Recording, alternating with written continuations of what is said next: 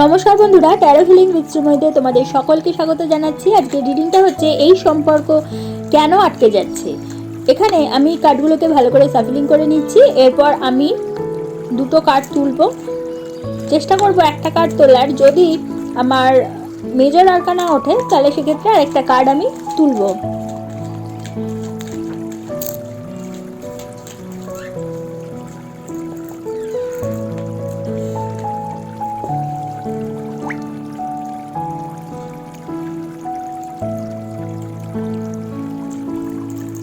এখানে উঠলো হচ্ছে অ্যালোননেস, মেজর আরকানা উঠেছে, সেই কারণে আরেকটি কার্ড তুললাম, লেটিং গো। এখানে বোঝাচ্ছে যে একজন ভিতরে ভিতরে কিন্তু নিজেকে গুটিয়ে নিয়েছে, নিজের অনুভূতিটা পুরোটা শেয়ার করছে না, মানসিক দূরত্ব তৈরি হয়েছে, ভেতরে একা একা চিন্তা করছে কিন্তু বাইরে প্রকাশ করছে না। তাই যোগাযোগ থাকলেও হৃদয়ের সংযোগ কিন্তু কমে গেছে। অতীতের কষ্ট, ভুল বোঝাবুঝি বা প্রত্যাশা ছাড়তে না পারার কারণে সম্পর্ক আটকে আছে। কেউ একজন ছেড়ে দিতে চাইছে কিন্তু পুরোপুরি পারছে না, পুরনো আবেগ এখনও ধরে রাখা হয়েছে। এগোতে হলে ইমোশনাল রিলিজ অবশ্যই দরকার। অর্থাৎ দুটো মিলিয়ে বোঝাচ্ছে এই সম্পর্কটা আটকে থাকার কারণ হচ্ছে একজন নিজেকে গুটিয়ে নিয়েছে, অতীতের আবেগ এখনও ছাড়া হয়নি, যোগাযোগের অভাব হচ্ছে, ভেতরে ভেতরে দূরত্ব বাড়ছে।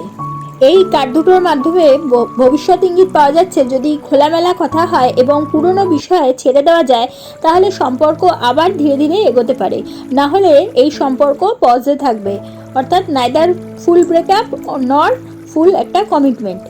তাহলে এখানে গাইডেন্স হিসেবে বলা যায় যে হৃদয়ের কথা তোমরা বলো, অতীতকে ছাড়ো, চাপ না দিয়ে সময় দাও নিজেদের, আর নিজের ইমোশনাল হিলিংয়ে ফোকাস করো।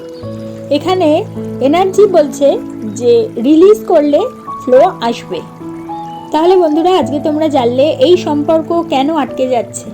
যদি তোমাদের আমার এই ভিডিওটা ভালো লাগে তাহলে অবশ্যই একটা লাইক করে দিও, তোমাদের পরিচিতদের মধ্যে শেয়ার করে তাদের জানার সুযোগ করে দিও, এবং যারা এখনও পর্যন্ত আমার চ্যানেলটা সাবস্ক্রাইব করোনি অবশ্যই সাবস্ক্রাইব করে দিও, এবং পাশে থাকা বেল আইকনটি প্রেস করতে কিন্তু একেবারে ভুলো না।